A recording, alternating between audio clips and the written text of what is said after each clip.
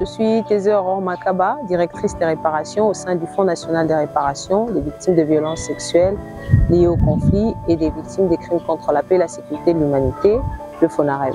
En ce qui concerne le processus de réparation, il requiert énormément de procédures, mais également de clarté dans ce qui doit être fait. En premier lieu, le FONAREV a procédé à la rédaction de la politique nationale des réparations qui détermine qui a accès aux réparations, donc le processus d'identification, comment elle a accès aux réparations et pour quel préjudice.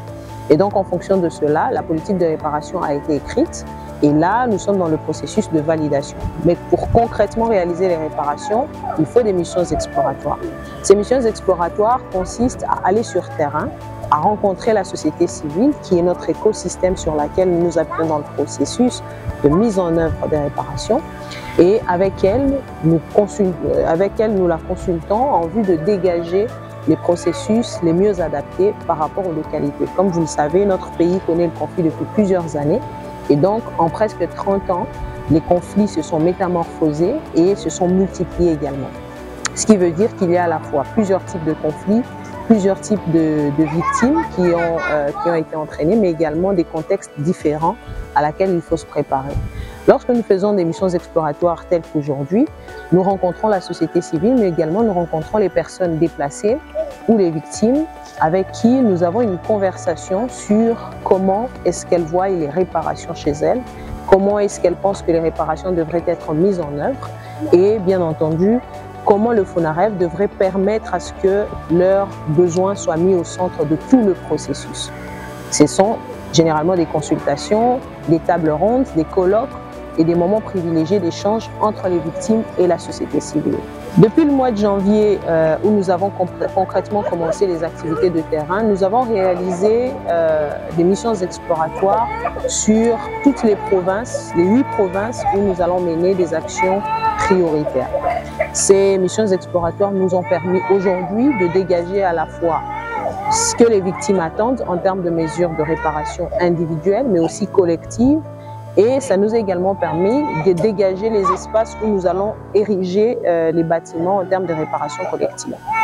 Aujourd'hui, dans le nord Kivu, dans le sud Kivu, dans l'Ituri, dans le Congo central, dans le Tanganyika, au Katanga, mais également sud Ubangi, nous avons dégagé les besoins et les attentes des victimes et d'ici là, nous serons en mesure de réaliser les réparations individuelles. Pour ce qui est des réparations individuelles, tout ce qui est en lien avec le processus d'identification, nous devons être capables de dégager les différents éléments des preuves, par exemple, mais tout ce qui est également en lien avec le processus d'indemnisation, nous sommes aujourd'hui capables de déterminer par quels moyens les victimes auront accès à de l'indemnisation, localité par localité, dans l'ensemble des provinces déjà explorées. Par rapport à la prise en charge médicale également, des partenariats sont en vue avec des structures qui ont été jaugées sur la base de la qualité du plateau technique qu'ils offrent et de la qualité de service qu'ils apportent à la population en vue de la mise en œuvre du processus de réparation médicale et également psychologique et psychiatrique. L'action du FONAREV se distingue deux formes de réparation. Les réparations intégrales qui sont apportées à des personnes qui sont dans des situations sécuritaires et logistiques qui puissent permettre à la fois d'adresser tous les préjudices qu'elles ont subis, mais aussi de les rétablir dans une situation sociale idéalement initiale ou de départ. C'est ce que nous appelons les réparations intégrales. Et ça, le FONAREV les implémentera cette année-ci au Congo central, où il y a eu les attaques entre l'armée angolaise et congolaise, mais également des affrontements entre des groupes sociaux et autres.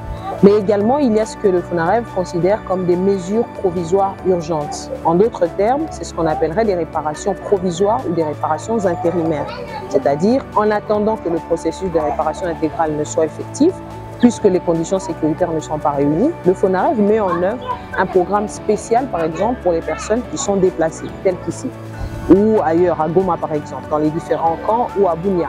En ce qui concerne les réparations intérimaires, ça prend la forme d'une indemnisation forfaitaire, d'un accompagnement médical en faveur des victimes, pour adresser les préjudices médicaux subis, mais aussi pour adresser un certain nombre de pathologies liées aux conditions de vie qui peuvent subsister dans les camps, et l'accompagnement à la réintégration sociale prenant la forme des activités génératrices de revenus, l'apprentissage d'un métier, Et en ce qui concerne les enfants, par exemple, des activités de réintégration à la vie scolaire par un apprentissage spécialisé. Par exemple, nous avons des partenariats qui s'en viennent sur comment les enfants peuvent avoir accès à des espaces de lecture, d'apprentissage des outils technologiques, tout en apprenant, c'est-à-dire en gros, réapprendre à vivre normalement alors qu'ils sont encore dans des camps.